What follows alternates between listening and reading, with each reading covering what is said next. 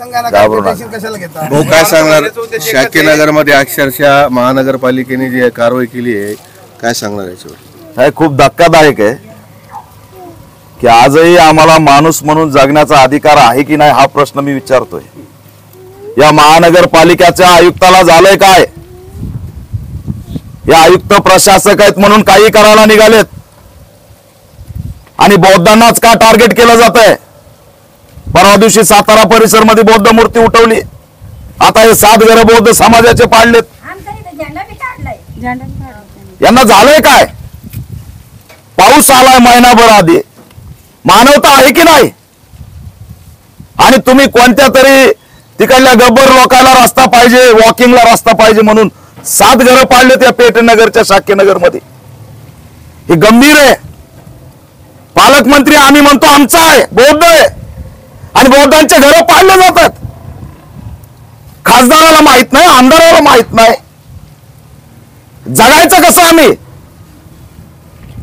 सुपाऱ्या घेऊन लोक इथं हातपाय धरून त्यांच्या मागे लागलेत। कोणी मेलं, इथं हत्याकांड झालं, फाशी घेतली कोणी, तर कोण जबाबदार आहे? त्यांच्याकडे रजिस्ट्री आहे, 1999 पासून राहत आहेत, टॅक्स पावती आहे। केवळ 7-8 घराला परवाना मागताय। औरंगाबाद मध्ये किती घरं असेल आणि किती बिल्डिंग येतात, त्याचं काय? आणि तुमच्या दम आहे ना आयुक्त, चॅलेंज करतो ओपन मध्ये। अरे गरीबाच्या घरावर बुलडोजर चालवायला लाज वाटली पाहिजे। दम असेल तर त्या शिवसेना भवन कुठं उभा आहे त्याचे कागदपत्र मागवा, तुमच्यात दम असला तर।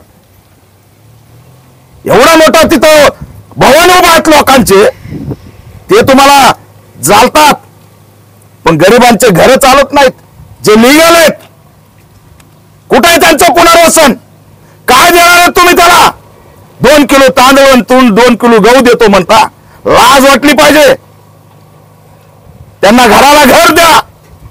इकडे बाजूला खुला मैदान आहे, का बरं 20 फूट पलीकडे लांबवलं नाही? पण मानवताच नाही। इकडे काय घरं नाहीत, पलीकडे घरं नाहीत, हे पाळले कशासाठी? आणि कुणी सुपारी दिली? कुणी सुपारी दिली? नाटकं बंद करा। हे पॅंथरभूमी आहे, आंबेडकरी चळवळीचं केंद्र आहे। आमच्या मुंडक्या तुम्ही मुरगळणार आणि आम्ही शांत बसणार, हे खपून घेणार नाही।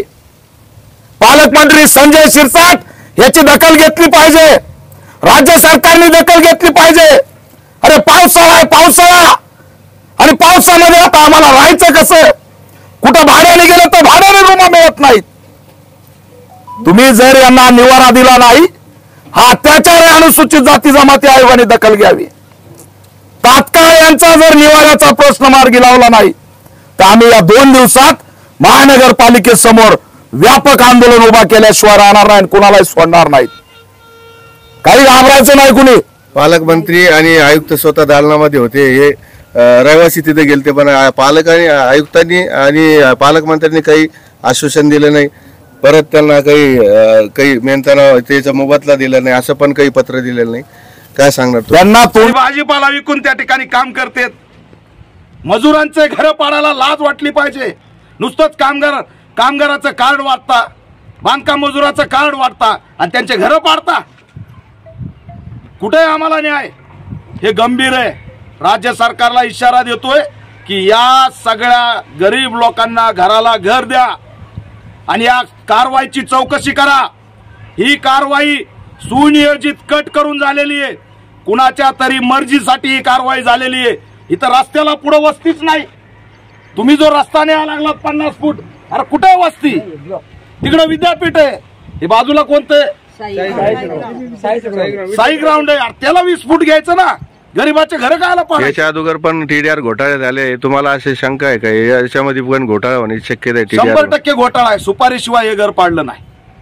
गरिबांच्या घराची सुपारी घेतली, श्रीमंतांच्या बायकाला वॉकिंग साठी, दुसरं काही नाही। त्यांचे जगायचंय, त्यांना व्यायाम करायचा आहे आणि त्यासाठी 7 घरं पाडलेत। लाज वाटली पाहिजे यांना। चळवळ नाही जिवंत असं समजू नका। 4 जण लोक हे केले म्हणजे चळवळ मिली असं नसतंय। पालकमंत्री ही योग्य नाही। तुम्ही आयुक्तांसोबत बसा आणि समाजाला न्याय द्या। आम्ही परवापासून आंदोलन सुरू करणार आहे, सोडणार नाही कुणालाच। राज्याचा मुद्दा करणार आहे। काय अवस्था करून ठेवली. बाळातीनबाई 2 महिन्याचं लेकरू घेऊन कुठं जायचं त्यांनी पावसात. त्या लेकराला निमोनिया झाला, पावसात भिजलं, मेलं तर कोण जबाबदार आहे. दलितांची व्यथा तुम्हाला कळणार नाही, आदिवासींची मुस्लिमांची व्यथा तुम्हाला कळत नाही.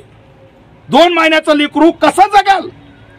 याच्या अगोदर पण 300 घरं पाडण्यात आली. महानगरपालिकेने आश्वासन दिलं तर कलेक्टर ऑफिससमोर आंदोलन चालू आहे. त्याच्यातली एक महिला वारली.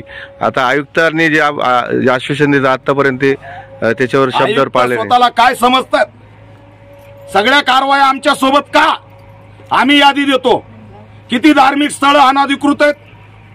आहे का तुमच्यात हिंमत एखाद्याचं धार्मिक स्थळ पाडायची. आम्ही यादी देतो. भवन बघा ना तुम्ही, भवन उभा आहे ते काय लिगल आहे का. भवन तुम्हाला चालतं. ही सगळी पार्शालिटी आहे. आयुक्त हे जाणीवपूर्वक जातीवादी भूमिकेमध्ये आहेत. ते जातीवादी काम करतायत.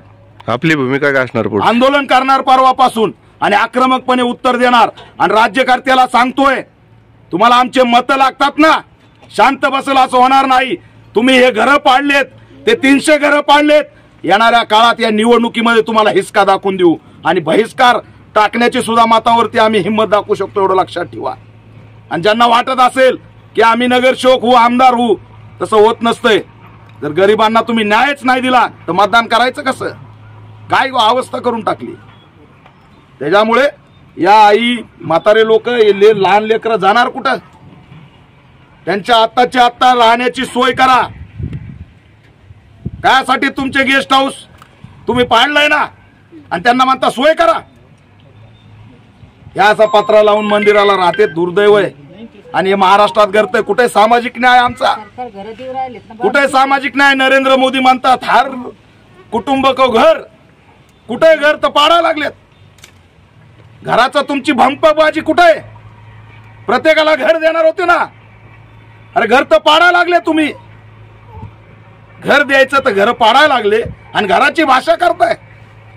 रमाईचं घरकुल मिळालं होतं का. बघा, खिशातून बांधलं, खिशानच बांधलं साहेब. मेहनत करून बांधलं. कॉलम टाकले स्लॅबचे. दादा मी कुंडीवर पीठ खाल्लंय पलाटासाठी. आयुक्तांना भेटणार का तुम्ही आता सध्याला. आयुक्ताला भेटणार आम्ही, पण आमचं भेटणं वेगळं असतंय. त्यांना सांगतोय या इशाऱ्याच्या माध्यमातून तात्काळ तरतूद करा. जर ते पालकमंत्री भेटून काय होत नसेल तर काय चाललंय आणि कुणासाठी चाललंय.